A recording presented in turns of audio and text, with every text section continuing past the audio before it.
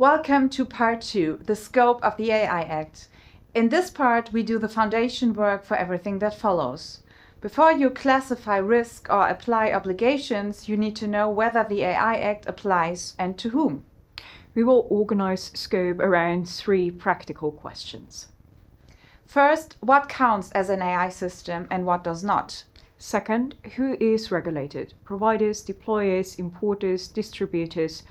So responsibilities attached to the right entity in the lifecycle. Third, extraterritorial reach. How the AI Act's market placement logic can apply even when development happens outside of the EU. Now, the gateway, scope of application, Article 3, Paragraph 1 of the AI Act. Article 3 matters because it sets the legal threshold for when something is an AI system under the AI Act, therefore falls under the regulatory object that is meant to be addressed. If a system falls outside this definition, the AI Act obligations won't attach, except it is another regulatory system, general purpose systems, for example. We will talk about this later. This is covering the question about material scope. But which type of system is this under risk classification? Giving us the links to the main regulatory aspects, and also if there is an exception. Personal scope, Article 2, Paragraph 1, framing, meaning which entities in the AI lifecycles are regulated and how obligations differ across roles. For example, providers placing the system on the market, or deployers using the system, or importers, etc. Territorial scope as a concept following the market principle like in other EU regulations.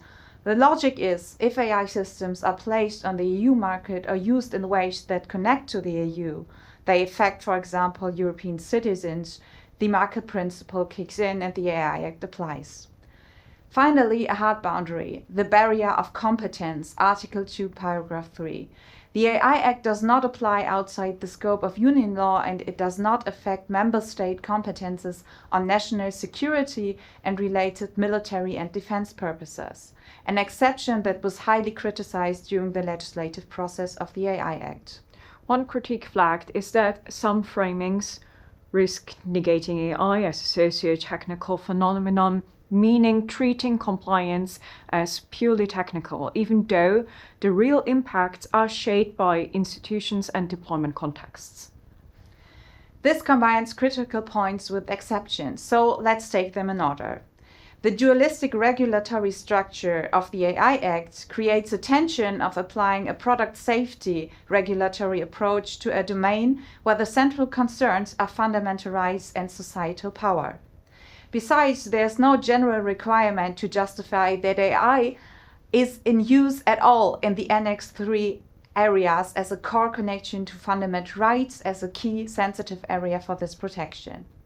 And this can still enable problematic practices with polygraphs as example of a contested technology being normalized through a compliance lens under the AI Act. Now the exceptions under Article 2 listed here. Paragraph 6 excludes AI systems, models developed and put into service solely for scientific research and development. Paragraph 8 excludes research, testing and development before market placement or putting systems into service. Paragraph 10 excludes deployer obligations for natural persons using AI in a purely personal, non-professional activity. Paragraph 12 excludes certain open source AI systems unless they are placed on the market or put into service as a high-risk system or fall under Article 5, the prohibited systems, or under Article 50 of the AI Act. The takeaway. Scope is not only a legal yes or no. It shapes who carries obligations, what evidence must exist, and where enforcement pressure will land. Thank you for watching this video. We hope this gave you an overview of AI systems, regulated parties, and the reach of the AI Act scope.